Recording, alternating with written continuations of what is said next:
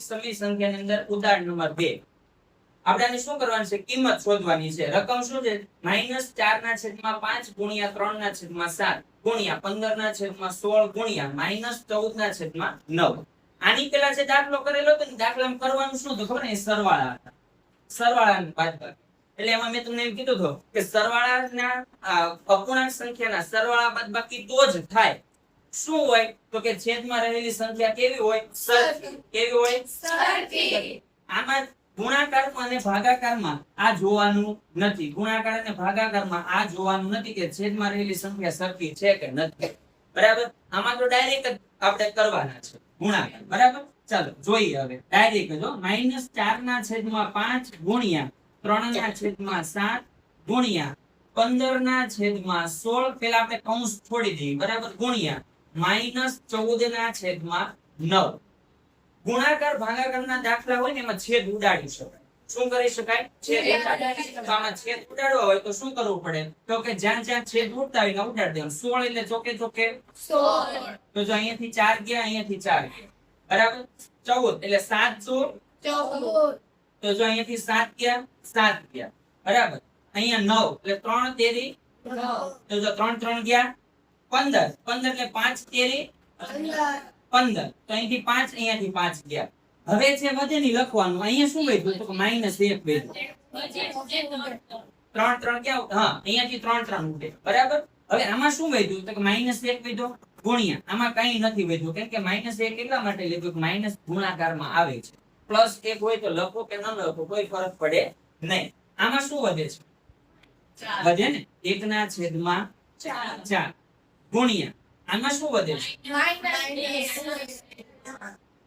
કઈ નહીં તો 1 તો અહીંયા પણ ઉડે જો 2 દુ 4 તો અહીંયાથી 2 2 ગયા બરાબર તો નીચે અહીંયા કેટલા વધશે 2 વધશે અહીંયા કેટલા વધશે 1 વધશે હવે તમે આનો ગુણાકાર કરો માઈનસ માઈનસ પ્લસ એટલે પ્લસ મૂકો કે ના મૂકો કોઈ ફરક ન પડે બરાબર 1 એકા 1 એકા 1 તો 1/2 એકા 2 તો આનો જવાબ તમારો શું આવે 1/2 બરાબર આ ટાઈપમાં આવે હવે આમાં નો સમજાણું એમને કયો કે અહીંયા નો સમજાણું સમજાઈ ગયો હા રાખો બોલો આ પર આમાં તો શું હોય બે અંશ અંશના ગુણાકાર છે છેદના ગુણાકાર 1 એકા 1 એકા 1 બરાબર એટલે 1 તો આવી ગયો માઈનસ માઈનસ શું થઈ ગયું પ્લસ નીચે ગુણાકાર આ છેદના ગુણાકાર 1 2 2 એકા 2 આમાં કઈ નવું કઈ કરવાનું છે નહીં આ જ રીતના દાખલા હવે આવશે હવે આ દાખલો પૂરો થયો ને આની પછી એક બીજો ટોપિક છે તટસ્થ સંખ્યા વાળી કયો ટોપિક છે તટસ્થ સંખ્યા કોને કહેવાય સંખ્યાની અંદર સરવાળા અને બાદબાકી સરવાળા બે સંખ્યા માટે સરવાળા અને બાદબાકી માટે અને ગુણાકાર ભાગાકાર ગુણાકાર અને ભાગાકાર તટસ્થ સંખ્યા જોવાની હવે મને એમ કહો સરવાળા અને બાદબાકી માટે તટસ્થ સંખ્યા કઈ છે 0 બરાબર એટલે કે 0 અને ગુણાકાર ભાગાકાર માટે 1 બરાબર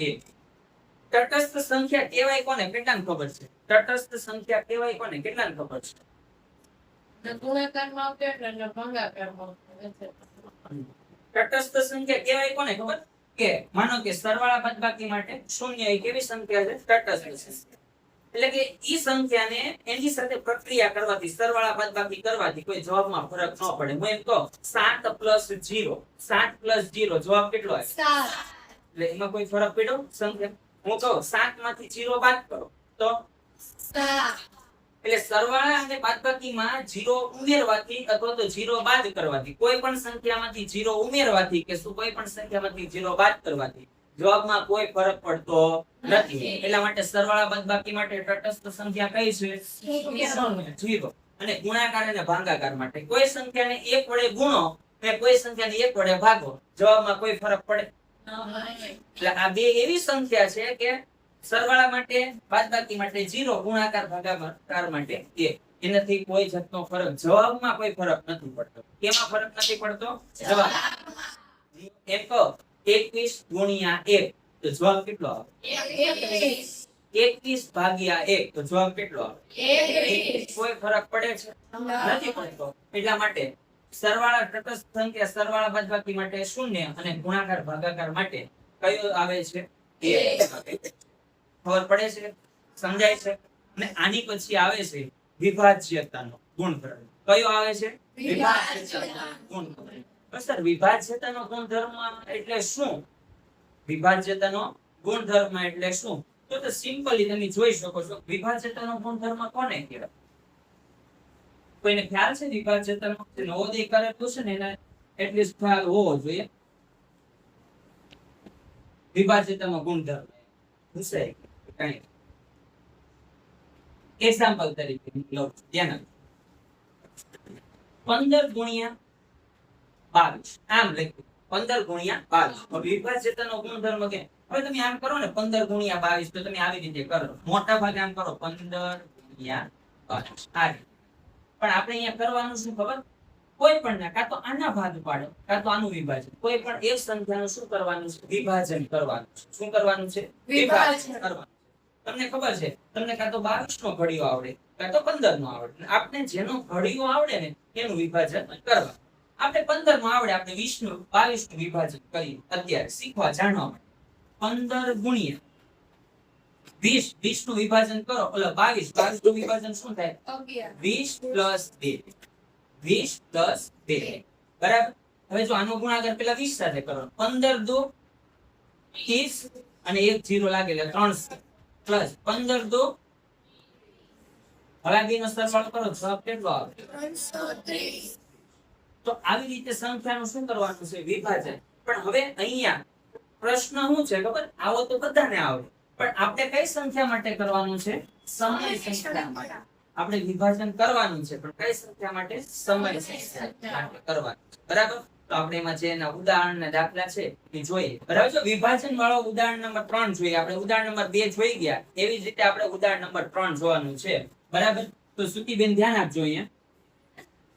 તમે આવી આપણે આમાં શું કરવાનું છે ખબર? એક આ પદ જો સાંભળજો પદ ક્યાંથી પડે ખબર? આમાં કેટલા પદ છે? તો ઘણા એમ કીધું 1 2 3 4 ને 5 એમ 5 પદ નથી. આમાં 3 પદ પડે. એક આ સરવાળા બાદબાકીથી જુદું પડશે હો. કોનાથી જુદું પડે? સરવાળા. 1 2 ને 3 પદ છે. તો હું પેલા છે ને આ પેલા પદને જે આપણે ગુણાકાર સાથે જોડાયેલા છે એ પેલા પદને હું શું કરીશ? સાઈડમાં લઈ લઈશ. બરાબર. 2 ના છેદમાં 5 ગુણ્યા -3 ના છેદમાં 7. હવે આ માઈનસ વાળું હતું તો હું અહીં માઈનસ વાળું લખીશ. 3 ના છેદમાં 7 ગુણ્યા 3 ના છેદમાં 5 માઈનસ 1 ના છેદમાં 14. મેં કઈ કર્યું નથી. ઉપરથી નીચે મેં પદને શું કર્યા? અરેન્જ કરી દીધા. એને સિવાય મેં વિશેષ કઈ કર્યું નથી. આની પેલા મેં તમને ખબર હોય તો ઉદાહરણ આપ્યું હતું. કયું આપ્યું હતું? તો કે 15 ગુણ્યા 22 નું. એમાં મેં કેમ 22 ના 2 ભાગ કરેલા હતા એમ આમાં પણ 2 ભાગ કરેલા છે. જો વિભાજન કરેલું છે. આમાં શું કરેલું છે? વિભાજન. તો બંનેમાં સરખું હોય ને એને આપણે શું કરવાનું? કોમન લેવાનું. ન સમજાણું? ધ્યાન આપો. પેલા મેં આને શું કર્યું? પદને અરેન્જ કર્યા કે પદ અરેન્જ કરવા માટે મેં શું કર્યું? પેલું પદ એમનું એમ જ લખ્યું. બીજું પદ આ હતું કેમ કે મારે બંને પદમાં સરખું મને દેખાય. આમાં ગુણાકારની નિશાની વાળું છે આમાં પણ ગુણાકારની નિશાની વાળું છે. ગુણાકારની નિશાની વાળું જે પદ હોય એમાંથી જે સામાન્ય લેતા તો આવડે ને? કોમન લેતા તો આવડે કે નથી આવડતા? તો આ પદ અને આ પદમાં કોમન શું છે? તો કે જો 3 ના છેદમાં 7 3 ના છેદમાં 7. તો આ બંનેમાંથી મારે કોમન લેવાય ને એવી મારી પાસે સંખ્યા છે. આની પહેલા મેં તમને એમ કીધું હતું 15 ગુણ્યા 25 લવ. માની લો 15 ગુણ્યા 25 તો 15 ના ભાગ પડે કેવા? 5 તેરી 15. સોરી અહીંયા પ્લસ 5 તેરી 15 પ્લસ 25 એટલે 25 25. હવે તમે આનો સરવાળો કરો ને આનો 25 પ્લસ 15 કેટલા થાય? 25 પ્લસ 15 કેટલા થાય? કેટલા થાય બોલો? 40. બરાબર. હવે આમાંથી હું 5 સામાન્ય લો આમાંથી 5 કેવી બંનેમાં 5 5 કેવા છે? કોમન. તો 5 કોમન લઈ લીધા. બરાબર. અને અંદર કોણ વધશે? તો કે 3 પ્લસ 5 સર 30 થાય. 25 પ્લસ 15 કેટલા થાય? 40. તો 30 ક્યાંથી?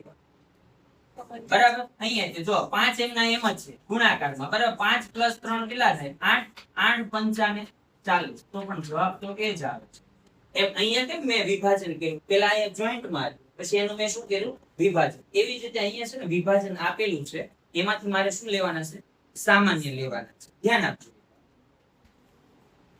આમાં માઇનસ છે આમાંય માઇનસ. હું માઇનસ વાળું પદ શું લઈ લઉં સામાન્ય લઈ લઉં. -3/7 કોમન લેતા અંદર શું વધશે 2/5 માઇનસ કોમન લીધું ને એટલે અંદર થઈ જશે પ્લસ બરાબર. કોણ વચ્ચે 3/5 અને -1/14 બરાબર. ધ્યાન આપજો. હવે અહીંયા શું કરવાનું છે હવે આ બી નો છે ને તમે ડાયરેક્ટ સરવાળા બાદબાકી કરી શકો કેમ કે આપણે કીધું હતું અપૂર્ણાંક સંખ્યાના છેદ સરખા હોય તો આપણે શું કરી શકીએ સરવાળા બાદબાકી. ત્યાં અપૂર્ણાંક છે બંનેના છેદ પણ કેવા છે સરખા છે. તો અહીંયા ધ્યાન આપજો. અહીંયા જો 5 છેદ સરખા હોવાથી ડાયરેક્ટ અંશના સરવાળા બાદબાકી થાય. સરવાળો છે 3 ને 2 કેટલા થાય કે 5. 5/5 -1/14. તો 5 5 તો ઉડી ગયા એટલે 1 થઈ ગયું. અંશ ને છેદ દૂર થાય એટલે કાંઈ ન વધે તો શું વધે 1 વધે. આપણે ચોટલા ગોઠવા આવ્યા બેની હે તો એનો આખો એક સેશન રાખી દઈએ ચોટલા ગોઠવાનો રાખવો છે કે નહીં.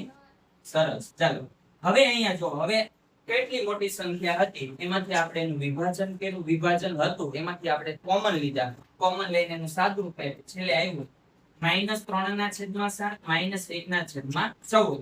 અહીંયા 14 છે અહીંયા 7 છે બરાબર. બે નો લસા કેટલો આવે 14 અને 7 નો લસા કેટલો આવે 14 અને 7 નો લસા સિમ્પલ છે 14 લસા આવે કેમ કે 7 છે એ કેવી સંખ્યા છે અવિભાજ્ય સંખ્યા છે. કેવી છે અવિભાજ્ય. એટલે 7 ના ઘડિયામાં 14 આવે છે એટલા માટે.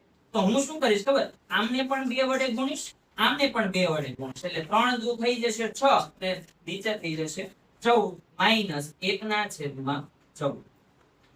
છેદ સરખા થઈ ગયા એટલે ડાયરેક્ટ સરવાળા બાદબાકી થાય. માઇનસ માઇનસ પ્લસ 6 ને કેટલા થાય 7/14 બરાબર. પણ કેવા માઇનસ. તમે એના છેદ ઉડાડો એટલે 7 દુ 14 એટલે જવાબ આવે 1/2. આ તમારો ફાઇનલ જવાબ આવે બરાબર.